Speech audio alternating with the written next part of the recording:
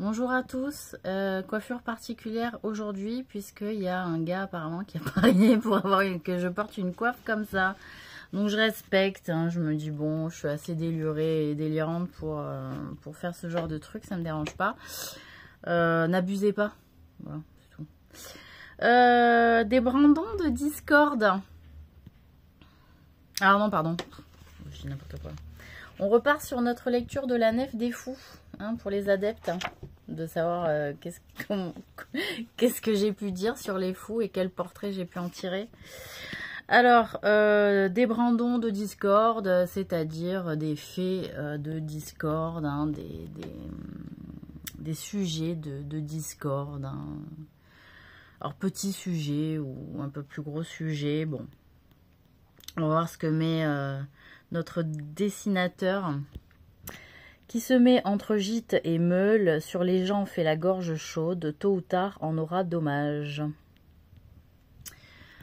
Voilà, donc la meule c'était pour moudre le grain, hein, donc qui se met entre gîte et meule, moi je le comprends que qui se met entre le lieu de repos et la nourriture, sur les gens fait la gorge chaude, c'est-à-dire alimente les rumeurs concernant les gens, pour notamment les empêcher d'accéder à un gîte ou à la nourriture. Bon, peut-être tôt ou tard on aura dommage. Bon, voilà.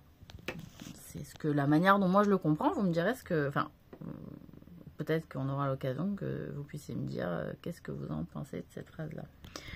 Donc des brandons de Discord. C'était voilà sur les sujets de Discord que les gens pouvaient avoir et qui, comment on appelle ça, qui pouvaient se disputer et que parfois les raisons de Discord, hein, de dispute entre les gens étaient un peu folasses, Donc ça m'interloquait moi parfois de voir des sujets de dispute. Je me dis mais pourquoi ils se disputent là-dessus? On verra. Je vais relire le texte avec vous.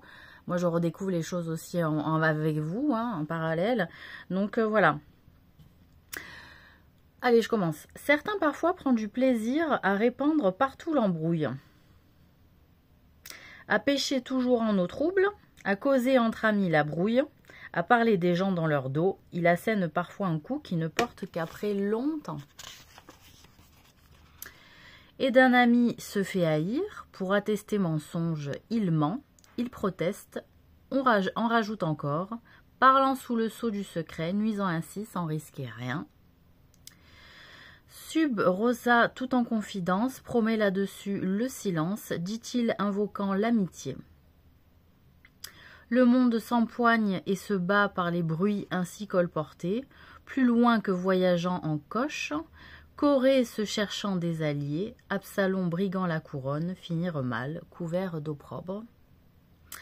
Qu'il soit honni comme Alkim, qu'il brouille des amis médis, s'insinue entre Seuil et Gon, il pourrait s'y pincer les doigts, ainsi que cet autre attendant paiement pour meurtre de Saul, ou ces assassins d'Isbosette, qui se met entre gîte et meule, se plaît à semer la discorde, ses gestes montrent ce qu'il dit, et quelle sorte d'homme il est, caché le fou derrière lui, sa longue oreille le trahit. Parce qu'en réalité, il y avait aussi beaucoup de monde qui se mettait dans des endroits, on avait des villages, on avait des villes qui permettaient que beaucoup se glissent en douce dans des endroits qui n'étaient pas forcément surveillés et dont on n'entendait pas forcément les pas, sachant que les rues des villes, des villages étaient souvent bruyants du fait des animaux, du fait des passages, du fait des bruits de cuisine, de cris, etc. Bon.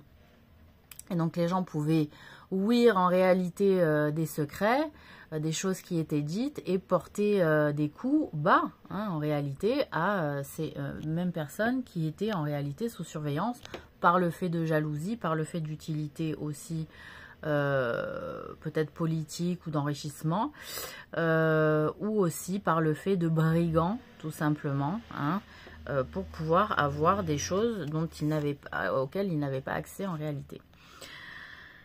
Alors, le texte est court sur ce passage-là. Un autre passage. Qui n'agrée un bon conseil. Voilà, je parlais des personnes à qui on donne un bon conseil et qui le remet sans cesse en question, ou qui le remet sans cesse en doute. Moi, je me disais, mince, la personne peut-être cherche un bon conseil, parfois demander clairement un bon conseil, et il remet en question la réponse à ce conseil. Alors, qui le mettre en pratique, parce qu'il pense qu'il n'est pas forcément d'accord, parce qu'il a sa propre vision, c'est son choix, hein, qu'il ne le mette pas en pratique.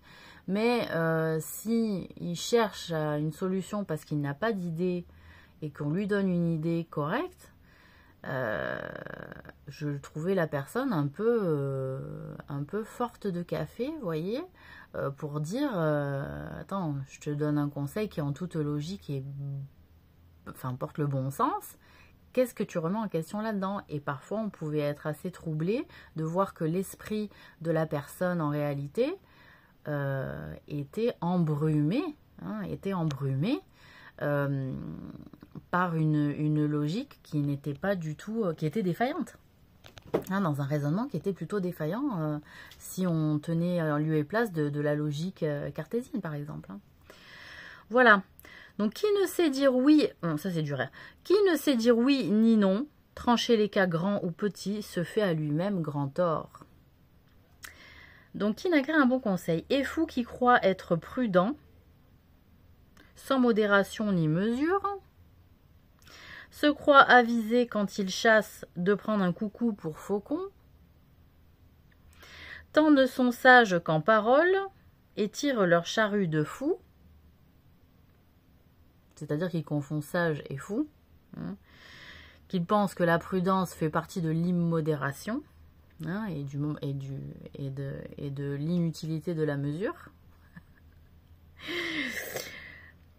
Et s'il prend un faucon s'il prend un coucou pour un faucon, eh ben il va être persuadé, il va se persuader à lui-même que c'était un faucon, alors qu'en réalité les autres ont observé correctement que c'était un coucou, avec témoin. Mais on est obligé de le laisser dire parce que sinon il s'énerve. Ils en sont là pour la raison qu'ils se croient avisés et sages, qui ne prend pas l'avis d'autrui, tôt se met dans un mauvais cas. Tobie a averti son fils pour qu'il prenne l'avis du sage.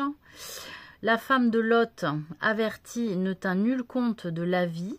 Or Dieu se rappela à elle, en fit une statue de sel. L'avis des anciens Roboam repoussa, il connut sa perte. Mais il suivit l'avis des fous, s'entêta, perdit 10 tribus. Nabuchodonosor devint un bœuf sourd aux mots de Daniel. Si Maccabée, vaillant héros, connu de tous pour ses hauts faits, de Joram eût pesé la vie, il n'eût sitôt perdu la vie. Qui n'en fait jamais qu'à sa tête n'agrée jamais un bon conseil, lèse son bien et son salut, et court au-devant de sa perte. Prenons les avis d'un ami, avis nombreux, succès plus sûr. Ahitophel voulut sa mort, Saul reniant son avis. Donc en réalité, ce que j'essaie d'expliquer aussi dans ce passage, c'est qu'il y a des faits, des histoires de gens de gloire, d'histoire de notre histoire, des gens glorieux de notre histoire, et qui, par malheureusement un instinct égoïque, dépassés par l'ego et qui ne prenaient pas avis trop de bons conseils des sages pour remettre parfois en question ou remettre en situation le contexte observé, que parfois ça faisait des grosses erreurs stratégiques de gouvernance. Et quand on ne s'en tient pas, quand on s'en tient qu'à un seul avis, à une seule personne, c'est pas bon. Quand on s'en tient à plusieurs avis, histoire de peser, de mesurer le pour et le contre, parce que cela donne une richesse, et après, on prend un avis définitif qui nous correspond, qui fait une vérité, en fait, en nous, cela fait du bien. Et c'était aussi pour dire, il y a des amis qui sont vrais, dont les conseils sont sincères, honnêtes. Pour autant, est-ce qu'ils doivent faire loi? Pas forcément, c'est juste que parfois, un conseil peut être meilleur selon certaines situations et donc venir d'un autre que nous. Et ça, il faut aussi peut-être en prendre mesure et l'accepter, mais au regard de la situation observée. Et si la vie comprend bien les tenants et les aboutissants de la situation observée aussi, parce qu'on est parfois amené à avoir des avis qui ne tiennent pas réellement compte de la réalité de part et d'autre des parties. Donc voilà, hein, tout ça c'était pour en parler des gens qui ne tiennent pas compte des avis extérieurs, jamais. C'est-à-dire jamais, pratiquement, hein, et qu'il est très difficile pour qu'ils aillent chercher un avis d'autrui. Voilà, il y a quand même des gens qui sont qu'on a constaté comme entêtés ou têtus, mais en réalité, ils ont été humbles à certaines périodes de leur vie. Voilà, hein, c'est en fonction de la réalité de leur histoire et de l'expérience vécue qui font qu'ils vont s'entêter aussi dans des directions parfois qu'ils considèrent comme mal comprises par l'entourage. Hein. Voilà. Donc on a nos 2 passages. Je suis à 10 minutes. Je veux bien pousser à 15 et en faire un 3e. D'accord? Parce qu'ils sont courts ceux-là. Des mœurs détestables qui se pavanent en houppelande, tournent la vue de ci de là. Un œil ovale, un œil au mont, un par derrière, un œil en biais. Presse le pas, le ralentit, il montre en signe de son fond son futile et vain caractère.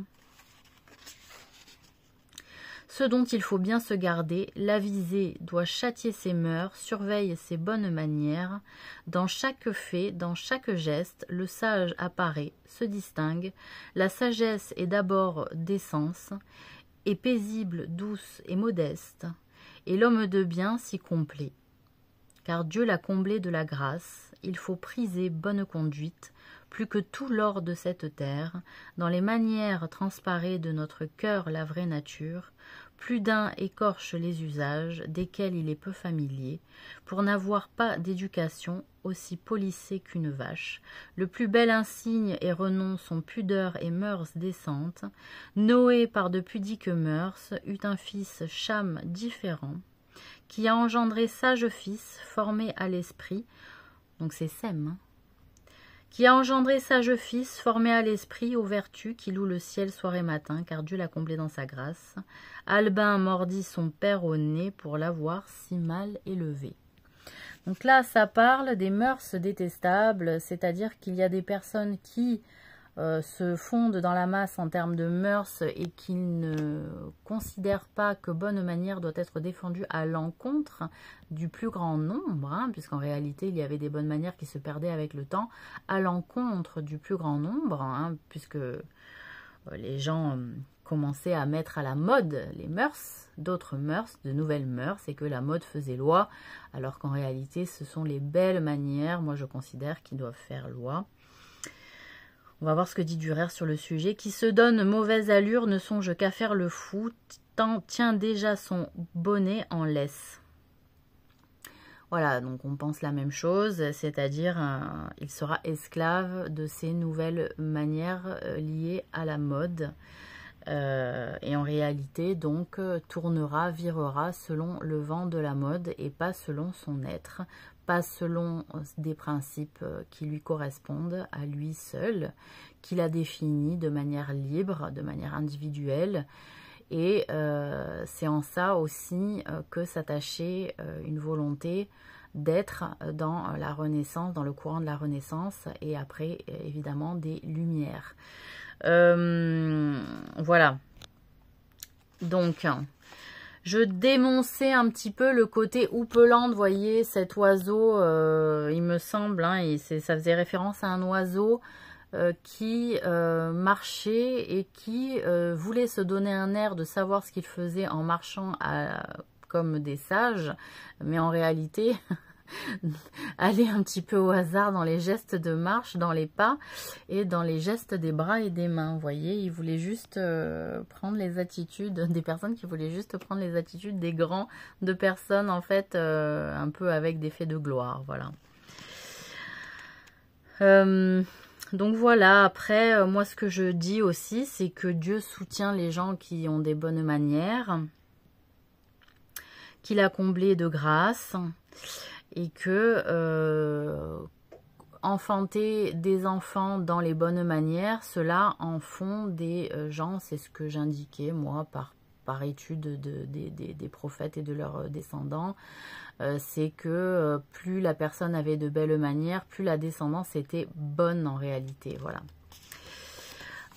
Voilà, on va s'arrêter là. Je vous souhaite une très bonne journée et une bonne semaine. Au revoir. Non, je dis au revoir. Ouais, bonne journée, bonne semaine.